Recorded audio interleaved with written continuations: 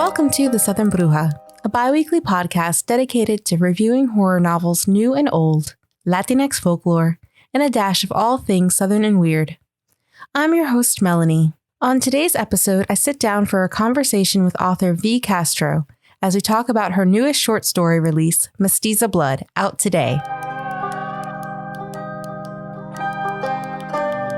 Thank you so much for being here, Violet. I am so honored to talk to you today. I am a huge fan of your work. For those that may not be as familiar or just kind of learning about you, can you tell our listeners a little bit about yourself? So my name is Violet. On my books, you'll see V. Castro. And I'm a Latina, Mexican-American woman, originally from Texas. I live in the UK now. I write science fiction, horror, erotic horror, short stories, sometimes nonfiction pieces. And I just love what I do. And I'm really honored and grateful I can represent, appreciate every opportunity that comes. Well, have you always wanted to be a writer? And if so, why horror? What is it about the horror genre that you love? Yeah, it's funny. So since I was a kid, I always loved kind of spooky stories and being Mexican American, you grow up with a lot of folklore and a lot of tales. Of course, the better known ones, La Llorona and La Lechuza, you just know it. And then also the Aztec history is a bit of a horror. So what happened with the conquest, everything. It's just always kind of captivated my imagination. And then a few years ago, actually, I started later in life, late 30s. I felt like something was really missing. I started writing and I haven't stopped. So for anyone out there who's like, oh, it's too late for me, I can never do it, or it's never too late. Get out there, write your stories, submit your stories, work on your craft. It's never too late.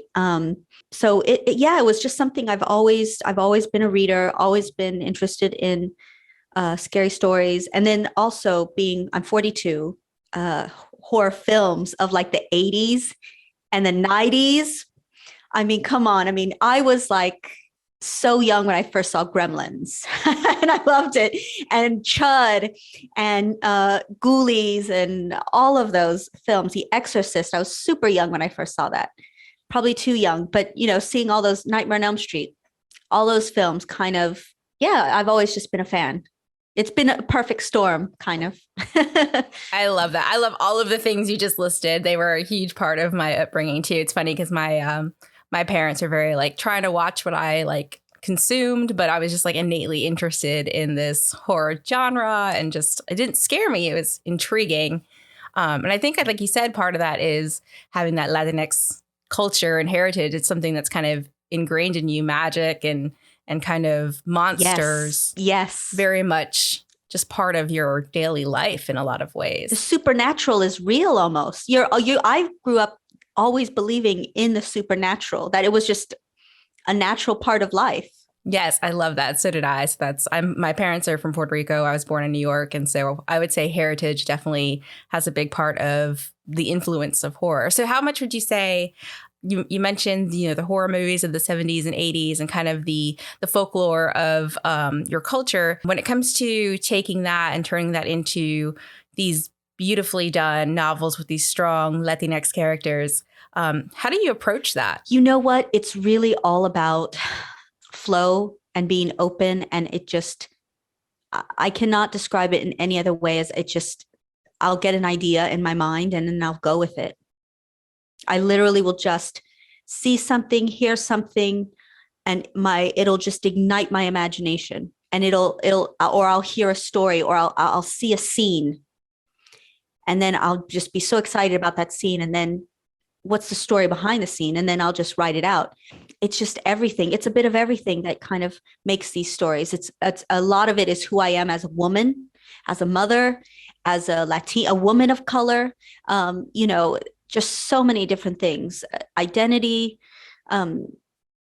is huge in it because, you see the world differently, you're treated differently. And that's something that I think is really important to kind of express. And I'm so glad I appreciate the opportunity to express it the way it's kind of all happened. It's something that just is just there in my head. So there's something you said earlier about, watching these films of the 70s and 80s, kind of that horror. We're kind of in a horror renaissance, I'd say, especially in the indie community. Horror is pretty much at the forefront. Yeah. But I remember watching all of those films and reading all these books and never really being able to see myself in any of that.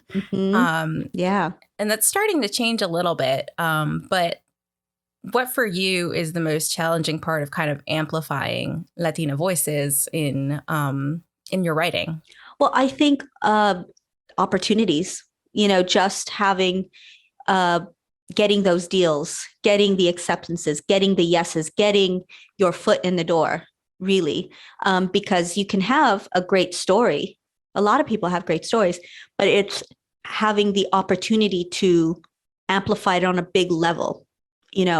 I'm very grateful for, I have an agent. I signed a deal this summer, which was really great. But those are the things that, those little steps are what are needed, because obviously you can write a story, but where is it going to go if you don't have, the bullhorn? So being able to, go on podcasts like this and be featured in magazines and different publications and interviews, it all helps. So I think it's just the opportunity to talk about your books, the opportunity to showcase your books, and to publish them as well. So you have some works coming up. I know I've just finished recently Mestiza Blood. I got an advanced copy of that. It's beautiful. Oh my God, thank you. I'm so glad. I've been like biting my nails. I love it. I actually absolutely loved the very first story. If people have read it yet or get a chance to read it, the nod to Queen of the Cicadas, I was just like, yes. Yes, Night of the Living Dead, Chola. Yes, I love it. I love it. So your story, especially let's talk about Sed de Sangre and Queen of the Cicadas, are all very, they take these characters and you really create these strong, well thought out, beautifully written people that, I see people that I know in them and I want them to do well. And they are just these perfectly real characters. And I mean, I can see the influence of your culture, but there's definitely a very V. Castro style to this that I absolutely love. Thank you. Where does all that come from? It's just so, I don't know. I just love it. Thank you. Honestly, it comes from within. It's the fire within. It comes from what's out there. It's a bit of, it's a big two-way funnel, and it creates this whirlwind inside, and I just let it go. That's the best way I can describe it is, I get the ideas and I have a culmination of my experiences, my passions, my beliefs, my pain, my worry, the people I know, the things that I've seen happen to people, stories, all the things I've experienced, and it just comes together. It just intersects and it creates a book, a short story. And again, like I'll listen to a piece of music or all of these different. So in there's a story called Truck Stop. That story happened. I was on a train and I was listening to my music and listened to Travis Scott's Butterfly Effect came on. And it was like, boom. I just had the seed of an idea. And then things that I was feeling inside, heartbreak, love, passion, sexual desire. And I had the story. It just happened. So yeah, it just, again, I think like any book, any story, it's really unique and it comes from within and from out there. You mentioned kind of that inspiration from out there. When I was reading Queen of Cicadas, there was a part where she's talking about her family coming over as migrant workers and how that kind of colors her entire, and this is Milagros talking about kind of how important that is to her and to come here and to do well by her family. And she's just so strong, and not to give too many spoilers, but it's part of the story that something terrible happens to her. And even with that terrible thing, this character is so strong that even death can't take her down. And that is just It's amazing to me. I mean, you just don't see characters like that. You don't see Latina characters that are just not in the background. They are the lead here. And my hope is one day that that's the norm. That's what I'm working for. That is what I am hoping, I'm working for, I'm striving for every day. That's what I pray for every day. I pray, and I put it out there and into the universe and set those intentions. Like, you know what? Let's see how far this can go. Let's see how many more Latinas can be represented and seen, how many more stories. And, there's some really cool, exciting things happening in 2023, and it's going to go even further. So I'm excited. But yeah, thank you. Thank you so much. I really appreciate, hearing that, because, even on those days when you're like, because it's not easy, And again, I think for all Latinas or all women in general, we all have those things, those demons we have to overcome. And we have to, sometimes the only strength we have is the strength we have in our fists right here. This is all we have to hold on to, ourselves. And if you can do that, you can do anything. And that, for me, that's why even through death, it's kind of like, she didn't give up, and death herself didn't get, is like, I'm coming for y'all.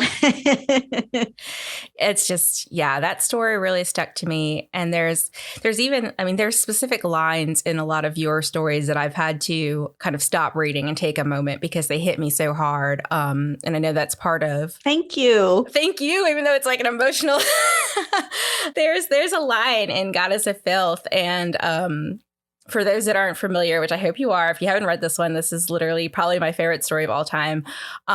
There's a line where the character says, like, I can't even talk the language. They've taken that from me. And it's just that moment of like, the culture is so kind of fragmented, and there's so many things that, being Latina and visibly showing that, and then not being able to speak perfect Spanish, you feel disconnect from your own culture and America. And where do you fit? And have that in a story about these beautiful young women that are just learning life. And then to have a possession story on top of that. It's just, but it's not your typical possession story. No, because we're not a typical women. Yes. And that's what I want to get across, is we are not your typical women.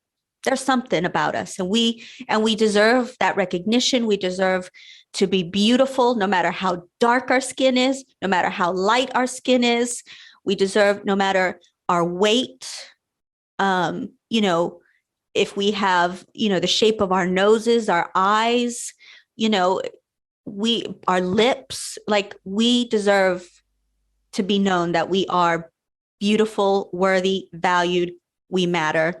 All of our stories are different, because we're, throughout the Latinx community, we have different stories, we have different backgrounds, we have so much. It's so rich culturally.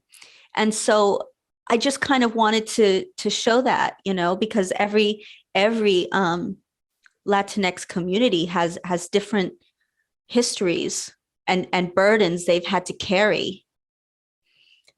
So for me, that's something I really wanted to, I'm so appreciative that I can do this and get that across, and people can read it and be like, damn. And like you said, that when you read those lines, and I always try to do that. And sometimes I get stuck on a book where I am writing line by line. Like, I will literally just think of a line and I'll just stick it in the manuscript at the very bottom. And then eventually I'll be like, oh, that's where that line belongs. But it's just like these statements that need to be said. Well, they're definitely reaching people. I mean, they reach me. I mean, oh, thank you. I am so great. Honestly, thank you so much. I'm glad I can, be there for people. Yes. It's funny because, like you said, we're all from very different backgrounds, but there is something that unites everybody. And that's kind of trying to learn our own voices, Yes. Especially in a world where things are very homogenized or attempting to be. And it's, people of color, especially, there's just a point where you have to take that power that you have and really just kind of use it. Yep. And I think that's the beauty of your books. It's like every character has something that they need to fight for. Yeah. And usually it's themselves. That's for me, that's the most important thing, is because I think also in our culture, we grow up with that expectation of fighting for everyone first. We're fighting for everyone first. And then on top of that, we have to fight to be seen ourselves, fight to be heard. No one's fighting for us. And so, part of me, is like, okay, I love writing. I love, like, doing the deals and all the other stuff, but knowing that people are feeling this and having it touch them and connect them is really nice. That's everything. That means the world to me, and being able to be of service in that way. And when you write and you are looking at kind of your the Aztec culture is a lot of the basis for a lot of these stories. Did you grow up with those stories, or was this kind of, as you became an adult, you grew more interested in more culture that's not necessarily the colonized culture of, say, Spain and all that? Is it more that you grew into that, or is that something you learned and kind of passed down in your writing? Obviously, growing up, like, I have photos, like, we had like big tapestries with like Mexico, and my grandfather would go to Mexico and bring stuff back. And so we've always been proud of our Mexican side. But you hear about the Aztec history and the temples, and okay, you're a kid, you're not like, okay, history. Okay, I've always loved history. But it wasn't until I got older and lived in the world, truly lived in the world, that I started to kind of go back and then also question, well, why am I not speaking fluent Spanish? Well, why do I feel different? Why does my mom look a certain way and I look a certain way? So all of those things, yeah, it's definitely become, as I become older, want to get into those roots more and dig deep, because there are a lot of parts of me I can't explain. And so that's why I want to explore that. So speaking of women and Latinx culture, let's talk about sex. Yeah, let's talk about sex, baby. Yes, especially sex and horror. Personally, as a woman and as a reader, I've always been kind of, whenever it's approached in a horror novel, it's usually used to degrade or some kind of punishment for a character. It's never really written from an empowering standpoint. And your books take that and definitely show it from a sex is pleasurable, sex is supposed to be good, it's supposed to be for both people. And in a Latinx culture, that can be a little bit almost radical, because we're almost taught these puritanical beliefs growing up, be pure and good, and then society views you another way. How would you say that all kind of comes out in your writing? Well, first and foremost, I like sex. First and foremost, I really enjoy sex, and I like it, and I like reading about it, and I like writing about it. And I think that a lot of time is wasted arguing about it and making ourselves feel guilty, because I don't see a lot of guys feeling guilty about it. And why should I, be something I'm not? Why should I, live any less than anyone else? If my body was built like this to receive pleasure and to feel pleasure, well, what's there to be ashamed of? It's natural. And as far as religion goes, for me, well, that's something that is imposed upon me. That isn't a natural thing. That's outside of me. That is outside critique. That's outside validation. Inside my heart, inside my soul, it's okay. It's beautiful. It's wonderful. And that's what I'm going to listen to. And that's what women need to listen to. Okay, it feels right. It feels good. You feel safe. You feel loved. Enjoy. It's we're here to receive love and joy and pleasure. We're not here to beat ourselves up, beat her up, and oh, look at her skirt, and look at her tits, look at her da da da da da. Stop. Who cares? Mind your business. She got nice tits. Leave her alone. She probably hasn't breastfed, but no kidding. I am just sick of like mom shaming, slut shaming, women shaming, everything shaming. gender shaming. Just let people be. If it's like consensual, it again, like it feels good, it's safe, it's Yes. and it's fun to write about. It's just fun and natural, and the human species wouldn't be where it is without it. Yes. And it does. I do hate reading also. It's time we reclaim our bodies. We reclaim our pleasure. We say, you know what? I'm not going to be that final girl. So like in Mestiza Blood, the final porn star, it's kind of like, instead of the final girl who's like, very virginal, and she's like sweet. And it's like, homegirl's a porn star and she's the ultimate final girl, And to me, I just loved writing that. Again, it was, I got that picture. I got that idea because I was wearing I bought a snakeskin bodysuit, really low cut. And I took a selfie, and my first thing was like, girl, you looking like an aging porn star. I told that to myself. But did you like the outfit? Yeah, hell yeah. But I was like, you look like because it was very 1970s. I had the big gold hoops, my hair feathered, and like this like glittery snake skin. I was like, you look like an aging porn star. I was thinking the 70s porn, And then I was like, final porn star. And it came up with a story. I love it.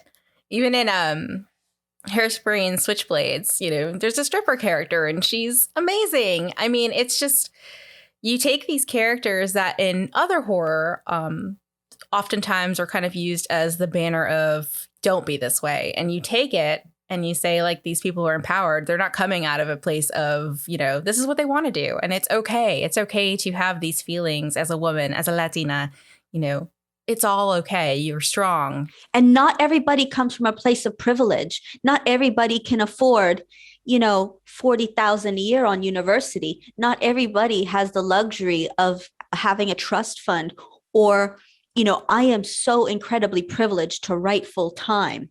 That is a privilege, and it is an opportunity I am trying not to waste. I try to write and get my stuff out there and work hard, because a lot of people, especially people of color, do not have that opportunity to write full time. And therefore we don't get those stories out too. There's a lot of privilege. And for sex work and for a lot of these stories, I try to like shine a light on that privilege. I wrote an article for Crime Reads about sex work, and you clutch your pearls and you have something to say about it. Well, you really don't know how some people live. And you can't sit there and say like, well, I know someone who had it worse and they didn't go out and do this. Well, good for them, but you never know what people's circumstances are. You really don't.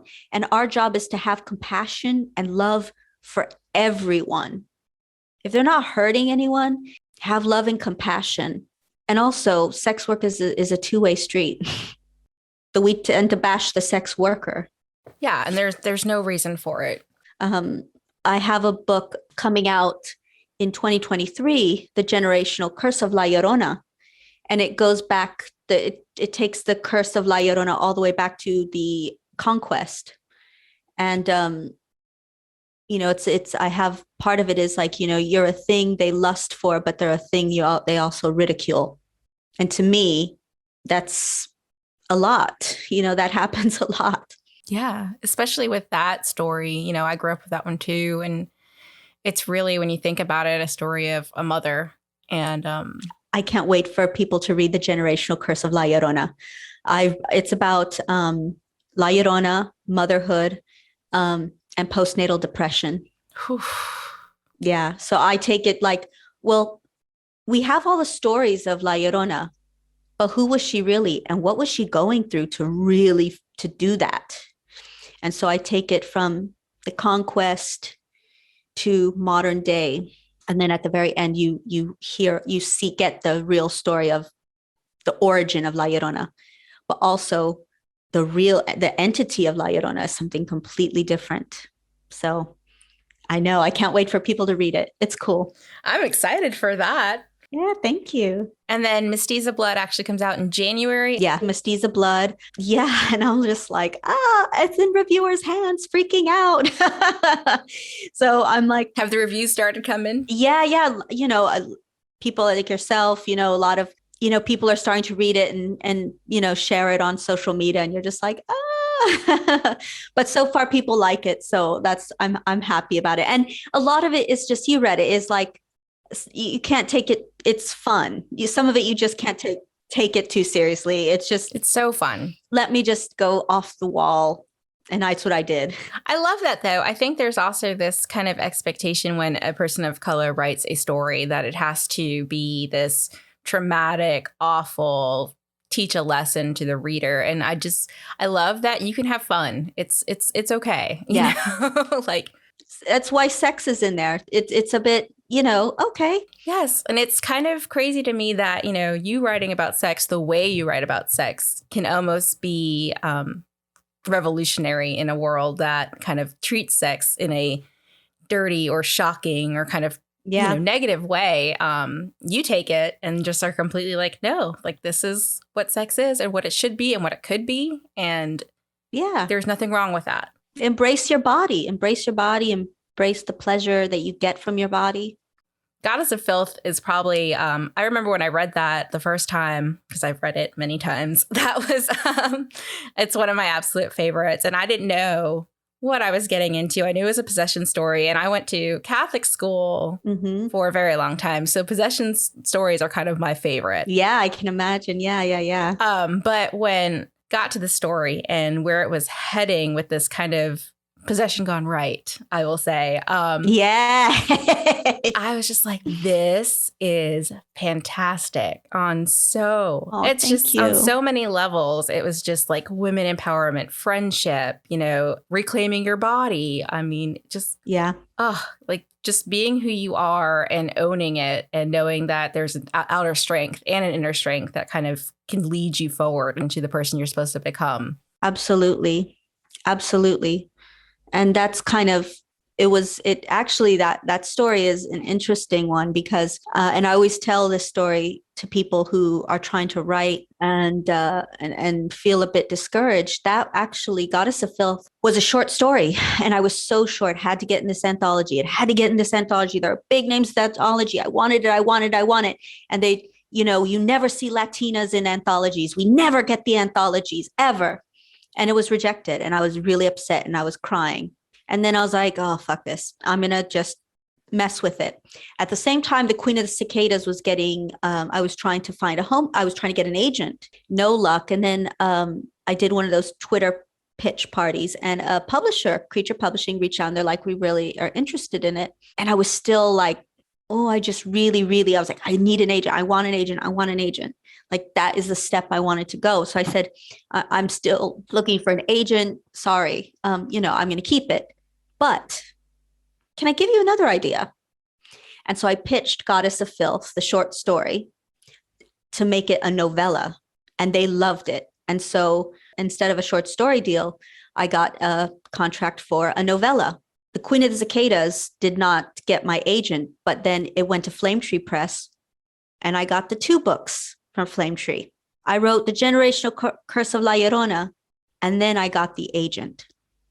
So when you feel in the depths of despair that there is no movement, there will be movement. Things happen for a reason. And I always have to remind myself that, because you don't know what's going to lead. You don't know why that door is closed, but that door is closed for a reason. And I have to tell myself that, because I fall into that, like, fuck that. Why did that not happen? Why is that door closed? But you don't know where it's going. I love that. I get a little emotional when you're talking, because it's just, it's very, very wonderful to meet you and to have this opportunity to hear you talking about these words that have definitely left an impression on me and can kind of have pushed me to even do this kind of podcast where I'm learning more about my own culture and who I am. Yeah, thank you. And it's beautiful who you are. It's women need to be told that. We need to be told that. I'm going to tell you a story that happened the other day. I'm getting emotional now. taking my baby out of the car, and I hear this screech, and I'm like, oh gosh, what is that? And I hear a door slam, and this woman looking, and this guy screeching away, and she just looked like, I can't even explain the look on her face, her body language. And I stopped her. I said, are you okay? Did he hurt you? Are you okay? And she just broke down. And I took her by the arms and I said, you know what? I said, you're beautiful. You worthy. You matter. Let him go. You have you. You're amazing. And you are beautiful. Are you okay? Do you need something? And I gave her a hug, and she was like, oh my, and she just started, and she's like, that's my husband. I said, well, you know what, husband or not, you're amazing. I said, I'm divorced. I'm here with my kids.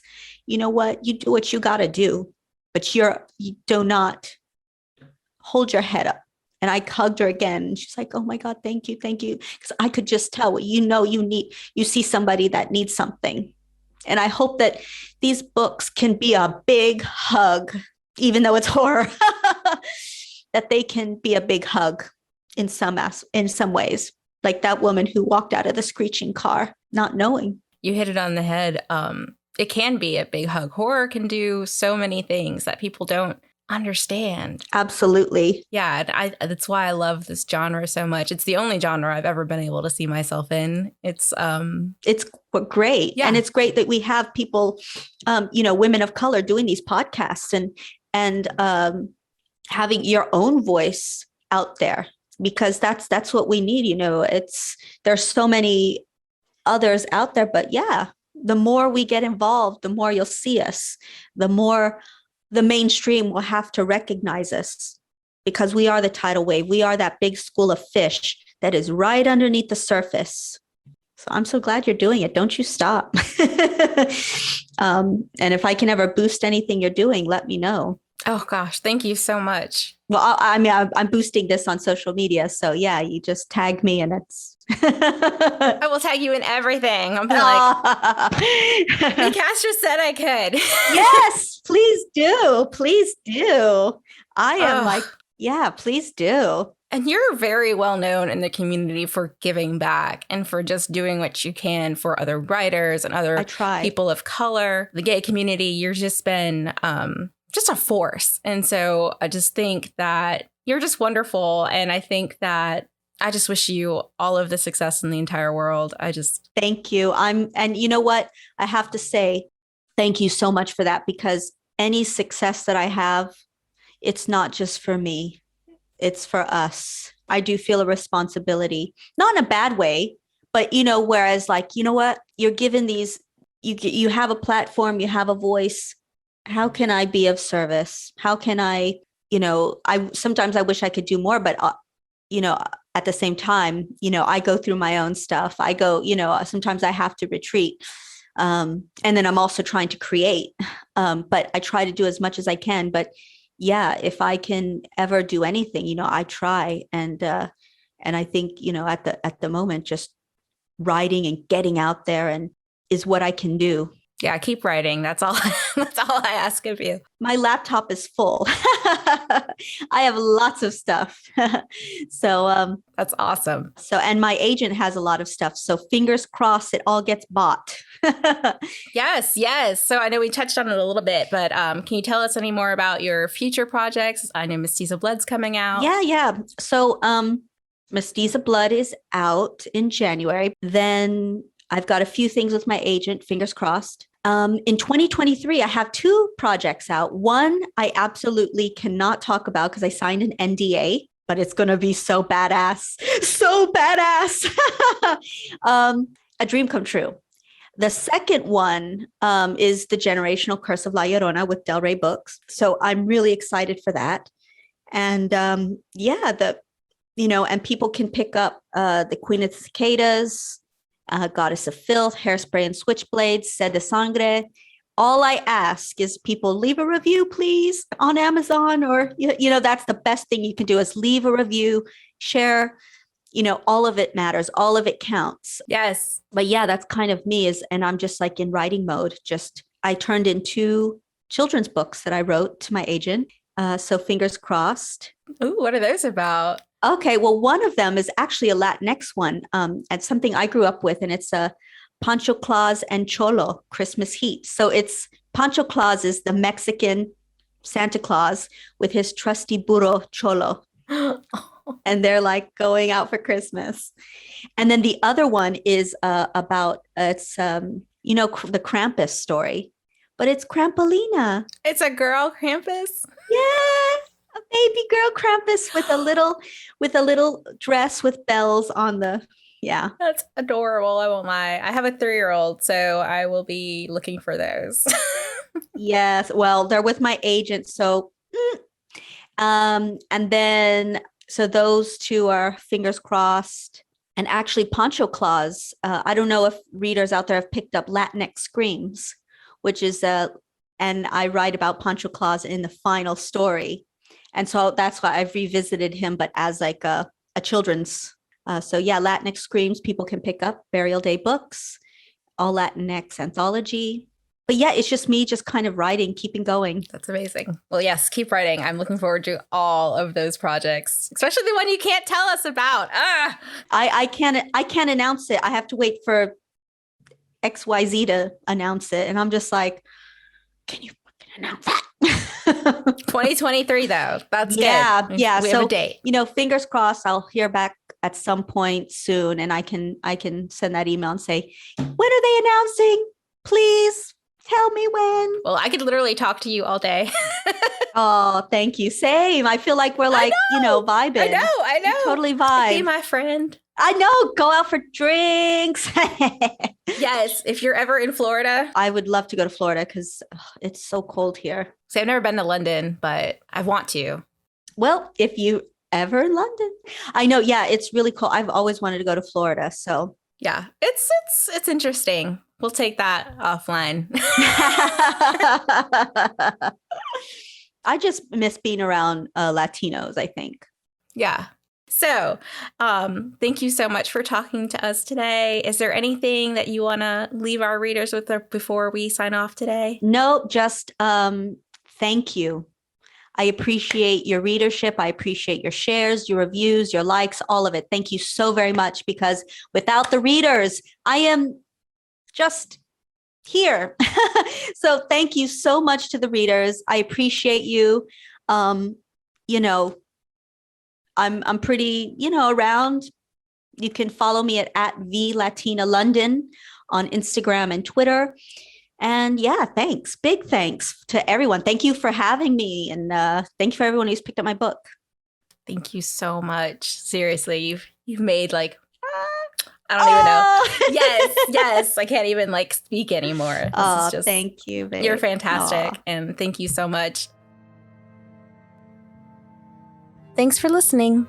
If you enjoyed this episode and you'd like to help support the podcast, please share it with others, post about it on social media, or leave a rating and review. To catch all the latest from me, you can follow me on Instagram at @the_southern_bruja and on Twitter @southern_bruja. Thanks again, and I'll see you next time.